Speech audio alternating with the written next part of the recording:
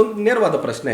ಇವತ್ತು ಕನ್ನಡ ಸಿನಿಮಾದ ಒಂದು ಚಿತ್ರರಂಗದಕ್ಕೆ ಗಾಂಧಿನಗರವನ್ನ ಒಂದು ವಾಕ್ಯದಲ್ಲಿ ಹೇಳೋದಾದ್ರೆ ಝೀರೋ ರಿಟರ್ನ್. ಆ ಸಮಯದಲ್ಲಿ ಒಂದಷ್ಟು ಗೊಂದಲಗಳು ಶುರುವಾಗುತ್ತೆ, ಈ ಸಿನಿಮಾ ರಿಲೀಸ್ ಮಾಡೋದೇ ಬೇಡಪ್ಪ ಅನ್ನೋ ಮಟ್ಟಿಗೆ. ಬಟ್ ಪ್ರಮೋಷನ್ಗೆ ಕಲಾವಿದರುಗಳೇ ಸಪೋರ್ಟ್ ಮಾಡಲ್ಲ. ಪ್ರೇಕ್ಷಕರಿಗೆ ಒಳ್ಳೆ ಸಿನಿಮಾ ಕೊಡ್ತಾ ಇಲ್ಲ. ಥಿಯೇಟರ್ಗಳಿಗೆ ಹೋಗಿ ನೋಡಿದ್ರೆ ಏನು ಸರ್, 20 ಜನ ಇರ್ತಾರೆ, 30 ಜನ ಇರ್ತಾರೆ. ನಮ್ಮ ಮೂವೀಸ್, ಕನ್ನಡ ಮೂವೀಸ್ಗಳನ್ನ ನಮ್ಮವರೇ ನೋಡ್ತಾ ಇಲ್ಲ. ತೆಲುಗು, ತಮಿಳು, ಮಲಯಾಳಂ ಇವರಿಗೆಲ್ಲ ಈಸಿಯಾಗಿ ಸ್ಕ್ರೀನ್ಗಳು ಸಿಗುತ್ತೆ. ಯಾರು ಹೊಣೆ ಆಡ್ತಾರೆ? ಸರ್ ಟೋಟಲ್ ಆಗಿ ಬ್ರಹ್ಮ ರಾಕ್ಷಸ ಎಲ್ಲಾನು ಕೂಡ OTT ನುಂಗ್ತಿದೆ. ಹಾಯ್, ಹಲೋ, ನಮಸ್ತೆ. ಮಸ್ತಿ ವಿತ್ ಮನು ಕಾರ್ಯಕ್ರಮಕ್ಕೆ ಸ್ವಾಗತ. ನಾನು ನಿಮ್ಮ ಪ್ರೀತಿಯ ಮನೋಜ್ ಕುಮಾರ್. ಬಹಳ ದಿನಗಳ ನಂತರ ಮತ್ತೆ ಇಂಟರ್ವ್ಯೂ ಮಾಡ್ತಾ ಇದ್ದೀನಿ. ಸ್ವಲ್ಪ ಗ್ಯಾಪ್ ತಗೊಂಡಿದ್ದೆ, ಅದು ತಮಗೂ ಕೂಡ ಗೊತ್ತು ಯಾಕೆ ಅಂತ ಹೇಳಿ. ಸೊ ಈಗ ಮತ್ತೆ ನನ್ನ ಚಾನಲ್ಗೆ ಮತ್ತೆ ನಿಮಗೆ ಒಂದು ಎಂಟರ್ಟೈನ್ ವಿಚಾರ, ಅದರಲ್ಲೂ ಈ ಬಾರಿ ಎಂಟರ್ಟೈನ್ ಜೊತೆಗೆ ಒಂದಷ್ಟು ಸೀರಿಯಸ್ ವಿಚಾರಗಳನ್ನ ಬಹಳ ದಿನಗಳ ನಂತರ ಮಾತಾಡಲೇಬೇಕು ಅಂತ ಹೇಳಿ ಈ ಒಂದು ಸಂದರ್ಶನ ಆಯೋಜನೆ ಮಾಡಿದ್ದೀನಿ.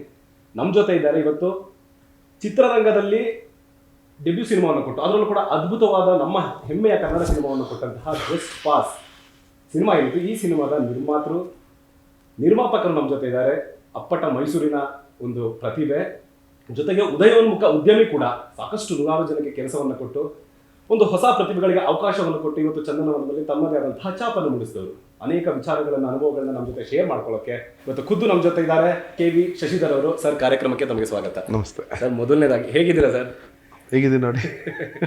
ಯಾಕಂತ ಹೇಳಿದ್ರೆ ಫಸ್ಟ್ ನಾವು ನಿಮ್ಮ ಸಿನಿಮಾ ಮುಹೂರ್ತ ಆದ ನಂತರ ಒಂದು ಪ್ರೆಸ್ ಮೀಟ್ ಆಗುತ್ತೆ. ಪ್ರೆಸ್ ಮೀಟಲ್ಲಿ ನೋಡ್ತಾ ಇದ್ವಿ, ಏನು ಆ ಜೋಶ್ ಆ ಕಣ್ಣಲ್ಲಿ ನೋಡಿ, ಒಂದು ಒಳ್ಳೆ ಸಿನಿಮಾ ಬರುತ್ತಪ್ಪ. ಈಗ ಶಶಿಧರ್ ಅವರು ಆ ಚಾರ್ಮ್, ಆ ಟೀಮ್ ನೋಡ್ತಾ ಇದ್ರೆ ಹಂಗೆ ಅನ್ನಿಸ್ತಾ ಇತ್ತು.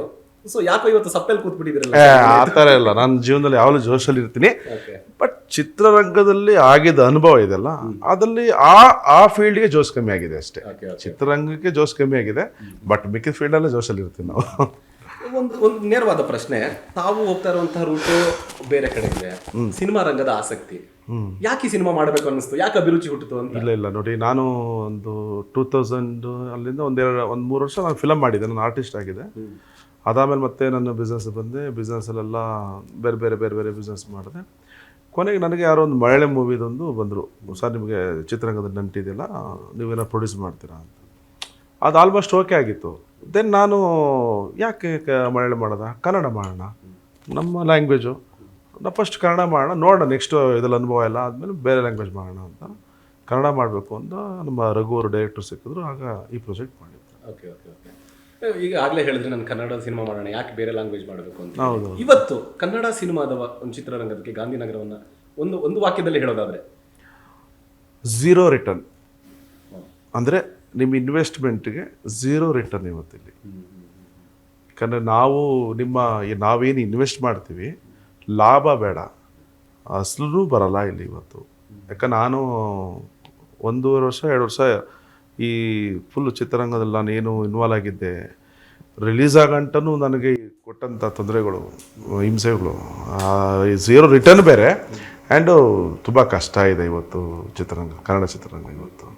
ಅಲ್ಲ, ಆರಂಭದಲ್ಲಿ ಇದ್ದಂಥ ಅಂಥ ಜೋಶು, ಆಸಕ್ತಿ, ಸಿನಿಮಾ ಶುರುವಾಗುತ್ತೆ, ಪ್ರೊಡಕ್ಷನ್ ಎಲ್ಲ ಸ್ಟಾರ್ಟ್ ಆಗುತ್ತೆ, ನಂತರ ರಿಲೀಸು ಕೂಡ ಆಗುತ್ತೆ. ಆ ಸಮಯದಲ್ಲಿ ಒಂದಷ್ಟು ಗೊಂದಲಗಳು ಶುರುವಾಗುತ್ತೆ, ಈ ಸಿನಿಮಾ ರಿಲೀಸ್ ಮಾಡೋದೇ ಬೇಡಪ್ಪ ಅನ್ನೋ ಮಟ್ಟಿಗೆ. ಹೌದು. ಯಾಕೆ ನೋಡಿ, ಈಗ ನಾವು ಮೂವಿ ಸ್ಟಾರ್ಟ್ ಮಾಡೋಕ್ಕೂ ಮೊದಲೇ ಡೈರೆಕ್ಟ್ರು ನಮಗೊಂದು ಬಜೆಟ್ ಕೊಟ್ಟಿರ್ತಾರೆ. ಆ ಬಜೆಟಲ್ಲಿ ಓಕೆ ಅಂತ ನಾವು ಇನ್ವಾಲ್ವ್ ಆಗ್ತೀವಿ. ದೆನ್ ಅದು ಹೋಗ್ತಾ ಏನಾಗುತ್ತೆ, ಬಜೆಟು ಡಬಲ್ ಆಗುತ್ತೆ. ಓಕೆ, ಬಟ್ ಅದರದ್ದೆನ್ನು ಅವರು ಈ OTT ಮತ್ತು TV ರೈಟ್ಸು ಮತ್ತು ಲ್ಯಾಂಗ್ವೇಜ್ ರೈಟ್ಸು ಇದೆಲ್ಲ ಬರುತ್ತೆ ಅಂತ ಹೇಳಿರ್ತಾರೆ. ಬಟ್ ಅದು ಯಾವುದಕ್ಕೂ ಈ ಆಪ್ಷನ್ನೇ ಇಲ್ಲ ಇಲ್ಲಿ. ಕನ್ನಡ ಚಿತ್ರರಂಗ ಅಂದರೆ ನಿಮ್ಮನ್ನ ಯಾರು ಕೇಳೋದೇ ಇಲ್ಲ ಇಲ್ಲಿ. OTT ಅವರಂತೂ ಮಾತೇ ಆಡೋಲ್ಲ, ತಗೊಳ್ಳೋಕೆ ಅವ್ರಿಗೆ ಇಂಟ್ರೆಸ್ಟೇ ಇಲ್ಲ ಕನ್ನಡ ಚಿತ್ರಗಳ. ಅದಾದಮೇಲೆ ನೆಕ್ಸ್ಟು ನಾವು ಎಲ್ಲ ಮೂವಿ ರೆಡಿ ಆದಮೇಲೆ ಅಲ್ಲಿ ಗಂಟೆ ಎಲ್ಲ ಇರ್ತಾರೆ ಸರ್, ಎಲ್ಲ ಜೊತೆಲಿ ಇರ್ತಾರೆ, ಕಲಾವಿದರು ಇರ್ತಾರೆ, ಎಲ್ಲ ಜೊತೆಲಿ ಒಂದು ದೊಡ್ಡ ಟೀಮ್ ಥರ ವರ್ಕ್ ಆಗುತ್ತೆ. ಬಟ್ ಆಫ್ಟರ್ ಎಲ್ಲ ಫಿನಿಶ್ ಆಗಿ ರಿಲೀಸ್ ಟೈಮ್ಗೆ ಡೈರೆಕ್ಟ್ರು ನಾವು ಇಬ್ಬರೇ ಇರ್ತೀವಿ ಸರ್. ಪ್ರಮೋಷನ್ಗಳು ಮಾಡ್ತೀವಿ, ಅದ್ದೂರಿಯ ಪ್ರಮೋಷನ್ ಮಾಡ್ತೀವಿ. ಕರ್ನಾಟಕದಿಂದ 5 ಟ್ಯಾಬ್ಲರ್ ಬಿಡ್ತೀವಿ, ವಾಲ್ ಪೇಂಟಿಂಗ್ ಆಗುತ್ತೆ.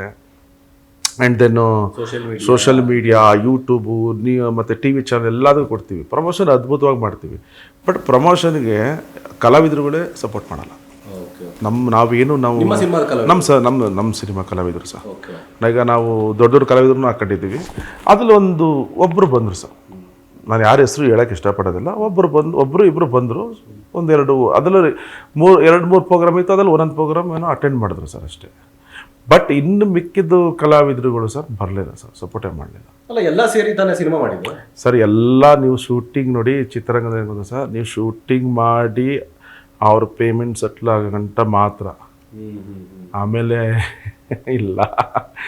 ನಾವು 2-3 ಸತಿ ಎಲ್ಲ ಅಪ್ರೋಚ್ ಮಾಡ್ದೋ, ಸರ್ ಬರ್ತೀನಿ ಸರ್, ಅಲ್ಲಿ ಶೂಟಿಂಗ್ ಇದೆ, ಇಲ್ಲಿ ಶೂಟಿಂಗ್ ಇದೆ ಎಂದು. ಪ್ರಮೋಷನ್ಗೆ ಆರ್ಟಿಸ್ಟ್ಗಳೇ ಬರಲ್ಲ ಅಂದರೆ ನಾವು ಅಷ್ಟು ಕೋಟಿ ಬಂಡವಾಳ ಹಾಕಿರ್ತೀವಿ, ಈ ಕಲಾವಿದ್ರ ಮೇಲೆ ಬಂಡವಾಳ ಹಾಕಿರ್ತೀವಿ. ಅವರು ಈಗ ನಾವು ಆ್ಯಕ್ಚುಲಿ ನಾವೇನು ಆರ್ಟಿಸ್ಟ್ ಆ್ಯಕ್ಟ್ ಮಾಡಿಲ್ಲ. ಈಗ ನಾನು ಹೀರೋ ಆಗೋ, ನಾನು ವಿಲನ್ ಆಗೋ, ನನ್ನ ಮೇಲೆ ಬಂಡವಾಳ ಹಾಕೋಬಿಟ್ರೆ ಅದೊಂಥರ ಎಲ್ಲ ಬೇರೆ ಬೇರೆ ಕಲಾವಿದ್ರು. ಆಮೇಲೆ ನಾನು ಹೊಸ ಕಲಾವಿದರುಗಳಿಗೆ ಹೆಚ್ಚು ಕಮ್ಮಿ ಒಂದು 12-13 ಜನ ಹೊಸ ಕಲಾವಿದ್ರನ್ನ ಹಾಕೊಂಡಿದ್ದೀನಿ. ಅವ್ರನ್ನೂ ಕೂಡ ನಾವು ಪ್ರಮೋಷನ್ ಕರಿಬೇಕಾದ್ರೆ ಅವ್ರಿಗೆ ದುಡ್ಡು ಕೊಡಬೇಕು, ಕನ್ವಿನ್ಸ್ ಕೊಡಬೇಕು, ಬರೋಕ್ಕೆ ಹೋಗೋಕ್ಕೆ ವೆಹಿಕಲ್ ದುಡ್ಡು ಎಲ್ಲ ಕೊಡಬೇಕು. ಕೆಲವರು ಅವರು ಜಾಬ್ ಮಾಡ್ತಿದ್ರಲ್ಲ ಆ ಸ್ಯಾಲ್ರಿ ಕೂಡ ಇಸ್ಕೊಂಡಿದ್ದಾರೆ. ಸರ್ ನಾನು ಇವತ್ತು ಕೆಲ್ಸಕ್ಕೆ ಹೋಗ್ಬೇಕಿತ್ತು, ಅದ್ರ ಸಂಬಳ ಮಿಸ್ ಆಗುತ್ತೆ. ನಾನು ಏನು ಮಾಡಿದೆ, ಇಷ್ಟೇ ಖರ್ಚು ಮಾಡಿದ್ದೀನಿ, ಇದನ್ನೇ ಯಾಕೆ ಪಾಪ ಇವ್ರ ಹತ್ರ ಇಲ್ಲೆಲ್ಲ ಅಂದರೆ ಏನೋ ಮಾತು ಅನ್ಸ್ಕೋಬೇಕು, ಪ್ರೊಡ್ಯೂಸರ್ ಸುಮ್ಮನೆ ಮಾಡಿಸ್ಕೊಳ್ತಾರೆ ಹೇಗೆ ಅಂತ ಅದನ್ನು ಪೇ ಮಾಡಿದ್ದೀನಿ ಸರ್. ಅದೆಲ್ಲ ಆದಮೇಲೆ ಡಿಸ್ಟ್ರಿಬ್ಯೂಷನ್ ಇದೆಯಲ್ಲ ಅದು ಇನ್ನೂ ಕಷ್ಟ ಇದೆ. ಅಯ್ಯೋ, ವಿಶಾಲ ಕರ್ನಾಟಕ ಹಂಚಬೇಕು ಸರ್. ನೀವು ನಂಬಲ್ಲ, ತೆಲುಗು, ತಮಿಳು, ಮಲಯಾಳಂ ಇವರಿಗೆಲ್ಲ ಈಸಿಯಾಗಿ ಸ್ಕ್ರೀನ್ಗಳು ಸಿಗುತ್ತೆ. ನಂದು ಫಿಲ್ಮ್ ರಿಲೀಸ್ ಆದಾಗ ಬೇರೆ ಹಿಂದಿ, ತಮಿಳಿಗೆಲ್ಲ ನಿಮಗೆ ಮ್ಯಾಕ್ಸಿಮಮ್ 50-100, ಕೆಲವು ಹಿಂದಿ ಮೂವಿಗೆ 200 ಸ್ಕ್ರೀನ್ ಕೊಟ್ಟಿದ್ದಾರೆ. ಬೆಂಗಳೂರು ಒಂದರಲ್ಲೇ 200 ಸ್ಕ್ರೀನು. ನಮ್ಗಳಿಗೆ 25-35 ಸ್ಕ್ರೀನ್ ಕೊಡ್ತಾರೆ ಸರ್ ಕನ್ನಡಗೆ ಅಷ್ಟೇ. 25-30 ಸ್ಕ್ರೀನ್ ಕೊಡ್ತಾರೆ. 25-30 ಸ್ಕ್ರೀನ್ ಕೊಟ್ಟರೆ ಇನ್ನು ಅದು ಮಲ್ಟಿಪ್ಲೆಕ್ಸ್ ಹೇಳ್ತಾರೆ. ನಾನು ಇನ್ನು ಸಿಂಗಲ್ ಸ್ಕ್ರೀನ್ಗಳೆಲ್ಲ ಸೇರಿದ್ರೆ ಹಬ್ಬ ಅಂದರೆ ಒಂದು 85 ಸ್ಕ್ರೀನ್ ಕೊಟ್ಟಿದ್ದೀವಿ ಸರ್. ಏನಕ್ಕೆ ಅಂದರೆ ಅವರು ಕೊಡೋದಲ್ಲೂ ಅರ್ಥ ಇದೆ ಅಲ್ವ ಸರ್. ನಮ್ಮ ಮೂವೀಸ್, ಕನ್ನಡ ಮೂವೀಸ್ಗಳನ್ನ ನಮ್ಮವರೇ ನೋಡ್ತಾ ಇಲ್ಲ ಸರ್ ಮೂವೀಸ್ಗಳು. ಯಾರು ಥಿಯೇಟ್ರ್, ನಾನು ಅದಾದಮೇಲೆ ಥಿಯೇಟ್ರ್ಗಳಿಗೆ ಹೋಗಿ ನೋಡಿದ್ರೆ ಏನು ಸರ್, 20 ಜನ ಇರ್ತಾರೆ, 30 ಜನ ಇರ್ತಾರೆ ಸರ್. ಅಲ್ಲ, ಇಷ್ಟೆಲ್ಲ ಅನುಭವ ಸಿನಿಮಾ ಮಾಡಿದ್ಮೇಲೆ ಆಯ್ತಾ ಅಥವಾ ಮುಂಚೆ ಗೊತ್ತಿದ್ದೂ ಸರ್? ಗೊತ್ತಿಲ್ಲ ಸರ್. ಗೊತ್ತಿದ್ರೆ ಯಾರು ಮಾಡ್ತಾರೆ ಸರ್? ಈಗ ಮುಂದೆ ಮಾಡೋರಿಗೆ ನನ್ನ ಅದಕ್ಕೆ ಹೇಳ್ತೀನಿ, ನಮ್ಮ ಫ್ರೆಂಡ್ಸ್ಗಳಿಗೆ ಯಾರು ಮೂವಿ ಮಾಡ್ತೀನಿ ಅಂದರೆ ದಯವಿಟ್ಟು ಕರ್ಕೊಬನ್ನಿ ನನ್ನ ಹತ್ರ. ನಾನು ಹೇಳ್ತೀನಿ ಪರಿಸ್ಥಿತಿ ಹಿಂಗಿದೆ, 0 ರಿಟರ್ನು. ಯಾವುದೇ OTT ನಂಬ್ಕೋಬೇಡಿ, ಯಾವುದೇ TV ರೈಟ್ಸ್ ನಂಬ್ಕೋಬೇಡಿ, ಯಾವುದೇ ಲ್ಯಾಂಗ್ವೇಜ್ ನಂಬ್ಕೋಬೇಡಿ, ಯಾರು ಬರಲ್ಲ. ಥಿಯೇಟ್ರಲ್ಲಿ ಓಡಿದ್ರೆ ದುಡ್ಡು ಬರುತ್ತೆ. ನಿಮ್ಮ ಫಿಲಮ್ ಥಿಯೇಟ್ರಲ್ಲಿ ಓಡುತ್ತಾ? ಥಿಯೇಟ್ರಲ್ಲಿ ಓಡೋ ಕೆಪಾಸಿಟಿ ಇದ್ದರೆ ಫಿಲಮ್ ಮಾಡಿ, ಓಡಿಸೋ ಕೆಪಾಸಿಟಿ ಇದ್ದರೆ ಮಾಡಿ. ಅದನ್ನು ಬಿಟ್ಬಿಟ್ಟೋದನೆ ಅಮೆಝಾನು ಯಾವುದೋ ಒಂದು OTTಗಳು ಏನಿರ್ತವೆ ಅವ್ರು ಕೊಡೋದು 40 ಲಕ್ಷ 50 ಲಕ್ಷ ನಂಬ್ಕೊಂಡು ಕೋಟೆ ಅಂದ್ರೆ ಬಂಡವಾಳ ಹಾಕಬೇಡಿ. ಅವ್ರು ಕೊಡೋದು ಇಲ್ಲ, ಆಗೋದಿಲ್ಲ. ಪೇಪರ್ ವ್ಯೂ ಅಂತ ಕೊಡ್ತಾರೆ ಸರ್, ಇಲ್ಲ ರೆಂಟ್ ತಗೊಳ್ತಾರೆ. ನಮ್ಮದು ಫಿಲಮ್ನ ರೆಂಟ್ಗೆ ಹಾಕ್ಬೇಕು ಅವ್ರಿಗೆ. ಆ ರೆಂಟಲ್ಲಿ ಅರ್ಧ ಶೇರಿಂಗ್ ಇದೆ. ರೆಂಟ್ ಕೊಟ್ಟು ಯಾರು ನೋಡ್ತಾರೆ ಸರ್? ಇನ್ನೊಂದು ಪೇಪರ್ ವ್ಯೂ ಅಂತ ಇರುತ್ತೆ, ಅದರಲ್ಲಿ ಪರ್ಸೆಂಟೇಜ್ ಇರುತ್ತೆ. ನೋಡಿದ್ರೆ ಮ್ಯಾಕ್ಸಿಮಮ್ ಅಂದರೆ ಏನೋ ಒಂದು 50 ಲಕ್ಷ ಕಲೆಕ್ಷನ್ ಆಗ್ಬೋದು ಸರ್. ಅದ್ರಲ್ಲಿ ಅರ್ಧ 25 ಲಕ್ಷ ಬರ್ಬೋದು, 30 ಲಕ್ಷ ಬರ್ಬೋದು. ಸರ್ ನೀವು ಚಿತ್ರರಂಗದಕ್ಕೆ ಹೆಂಗೆ ಗೊತ್ತಾ, ದುಡ್ಡು ಚಿತ್ರರಂಗಕ್ಕೆ ನೀವು ಖರ್ಚು ಎಷ್ಟು ಮಾಡ್ತೀರಿ ಸರ್, ಅದರಲ್ಲಿ 1 ರೂಪಾಯಿ ನೀವು ವಾಪಸ್ ತಗೊಳ್ಳೋದು ಕಷ್ಟ ಇದೆ. ಯಾರು ನಿಮ್ಗೆ ಎತ್ತಿ ದುಡ್ಡು ಕೊಡಲ್ಲ. ಆಡಿಯೋ ರೇಟ್ಸ್ ನಿಮಗೆ ಸಡನ್ ಆಗಿ ದುಡ್ಡು ಕೊಡಲ್ಲ. ಅವರು ಸ್ಟೆಪ್ ಆಗಿ ಕೊಟ್ಟರು ಕೊನೆಗೆ ಅದು ಪೆಂಡಿಂಗ್ ಮಾಡಿಕೊಂಡ್ರು. TV ಇದು ಡಿಸ್ಟ್ರಿಬ್ಯೂಷನ್ನು ಅಷ್ಟೇ ಸರ್. ಅವರು ಅಷ್ಟೇ ಪೇಮೆಂಟ್ ಸೆಟ್ಲ್ ಮಾಡಿಸೋದಕ್ಕೆ ನಿಮ್ಗೆ 2-3 ತಿಂಗಳಾಗಿ ಹೋಗುತ್ತೆ. ಫೋನ್ ಮಾಡಿ ಸರ್ ಲೆಕ್ಕ ಕೊಡಿ ಅನ್ಕೊಂಡು ನಿಮ್ಗೆ 1 ರೂಪಾಯಿ ಲಾಭ ಬಂದಿರಲಿ ಸರ್, ಆ ಲೆಕ್ಕ ತಗೊಳಕ್ಕೆ 2 ತಿಂಗಳು 3 ತಿಂಗಳು ಬೇಕು. ಮೇನು ಸರ್ ನೋಡಿ, ನಾನು ಹೇಳ್ತೀನಿ, ಯಾವುದೇ ಹೊಸ ಪ್ರೊಡ್ಯೂಸರ್ಗಳು, ಹೊಸ ಡೈರೆಕ್ಟರ್ಗಳಿಗೆ ಏನು ಹೇಳ್ತೀನಿ ಅಂದರೆ, ಪ್ರೊಡ್ಯೂಸರ್ಗಳಿಗೆ ಫಸ್ಟ್ ಆಫ್ ಆಲು ಇವತ್ತು ಹಳೆ ಪ್ರೊಡ್ಯೂಸರ್ಸ್ ಯಾರು ಮೂವಿ ಮಾಡ್ತಲ್ಲ. ಈ ಹೊಸ ಡೈರೆಕ್ಟ್ರುಗಳು ಅವರುಗಳು 1-2-3 ಸ್ಮಾಲ್ ಚಿಕ್ಕ ಮೂವಿಗಳು ಮಾಡಿಬಿಡ್ತಾರೆ. ಯೂಟ್ಯೂಬ್ ಬಿಟ್ಬಿಡ್ತಾರೆ. ಡೈರೆಕ್ಟ್ರು ಅಂದ್ಕೊಂಡು ಈ ಪ್ರೊಡ್ಯೂಸರ್ಗಳನ್ನ ಅಪ್ರೋಚ್ ಮಾಡ್ತಾರೆ. ಅವ್ರಿಗೆ ಯಾವುದೇ ನಾಲೆಡ್ಜ್ ಇರಲ್ಲ.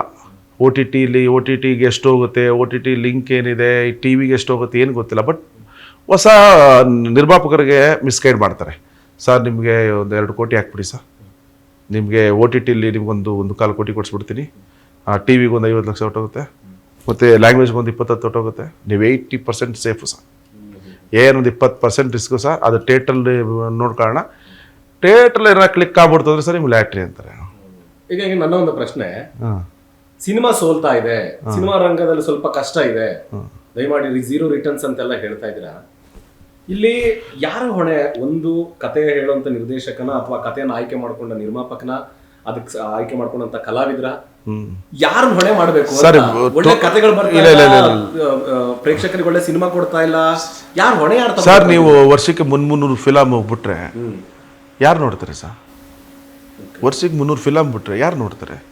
ಇವತ್ತು ನೋಡಿ, ಚಲನಚಿತ್ರ ನೋಡೋದು ಮಧ್ಯಮ ವರ್ಗದವ್ರು ಮಾತ್ರ. ಮೇಲ್ವರ್ಗದವರೆಲ್ಲ ಮನೇಲಿ ಹೋಮ್ ಥಿಯೇಟ್ರ್ಗಳಿರುತ್ತೆ, ಮನೇಲಿ ನೋಡೋರು, ಥಿಯೇಟ್ರಿಗೆ ಹೋಗಿ ನೋಡೋರು ಮಧ್ಯಮ ವರ್ಗದವರು. ಸಿಂಗಲ್ ಸ್ಕ್ರೀನೆಲ್ಲ ಕ್ಲೋಸ್ ಆಯ್ತಾ ಬರ್ತಿದೆ. ಮಲ್ಟಿಪ್ಲೆಕ್ಸಲ್ಲಿ ನೀವು ಟಿಕೆಟ್ ತಗೋತೀರಿ ಅಂದರೆ 250 ರೂಪಾಯಿ, 300 ರೂಪಾಯಿ, 150 ರೂಪಾಯಿ. ಟಿಕೆಟ್ಗಿಂತ ಅಲ್ಲಿ ನೀವು ಫುಡ್ ತಾಳ್ತಿರಲ್ಲ, ಪಾಪ್ಕಾರ್ನು ಅದು ಟಿಕೆಟ್ಗಿಂತ ಜಾಸ್ತಿ ಇರುತ್ತೆ, ಡಬಲ್ ಇರುತ್ತೆ. ಒಂದು ಫ್ಯಾಮಿಲಿ ಹೋಗ್ತೀನಿ ಅಂದರೆ ಅರೌಂಡ್ ಅವ್ರಿಗೆ 1000-2,000 ರೂಪಾಯಿ ಖರ್ಚಾಗುತ್ತೆ ಸರ್. ಹೋಯ್ತಾರ? ಇವತ್ತಿನ ಪರಿಸ್ಥಿತಿಗೆ ಯಾರೂ ಹೋಗಲ್ಲ ಸರ್. ಏನು ಯೋಚನೆ ಮಾಡ್ತಾರೆ? ಬೇಡ, ಫಿಲಮ್ ರಿಲೀಸ್ ಆಗಿ 20-30 ದಿನಕ್ಕೆ ಮೇ ಬಿ 20-25 ಡೇಸಲ್ಲಿ OTTಗೆ ಬರುತ್ತೆ. 1 ವರ್ಷಕ್ಕೆ ನಾವು ಸಬ್ಸ್ಕ್ರೈಬ್ ಆಗಿಬಿಟ್ರೆ ಮನೇಲಿ ನೋಡ್ಬೋದು.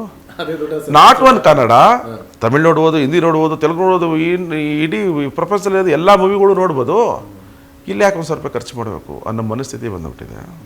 ಅದರಿಂದ ಏನಾಗಿದೆ ಅಂದರೆ ಥಿಯೇಟ್ರ್ಗಳು ಕ್ಲೋಸ್ ಆಗಿರೋದ್ರಿಂದ ನೋಡಿ, ಒಂದು ಹೇಳ್ತೀನಿ, ನಾಟಕಗಳು ಚಿತ್ರರಂಗ ಬಂತು, ನಾಟಕ ಆದಮೇಲೆ ಚಿತ್ರರಂಗ ಬಂತು. ಚಿತ್ರರಂಗದಲ್ಲಿ ಥಿಯೇಟ್ರ್ಗಳಿತ್ತು, ಸಿಂಗಲ್ ಸ್ಕ್ರೀನ್ ಇತ್ತು. ಸಿಂಗಲ್ ಸ್ಕ್ರೀನ್ನ ಮಲ್ಟಿಪ್ಲೆಕ್ಸ್ಗಳು ನುಂಕಂತು. ಈಗ ಟೋಟಲಾಗೆ ಬ್ರಹ್ಮ ರಾಕ್ಷಸ ಎಲ್ಲನೂ ಕೂಡ OTT ನುಂಗ್ತಿದೆ.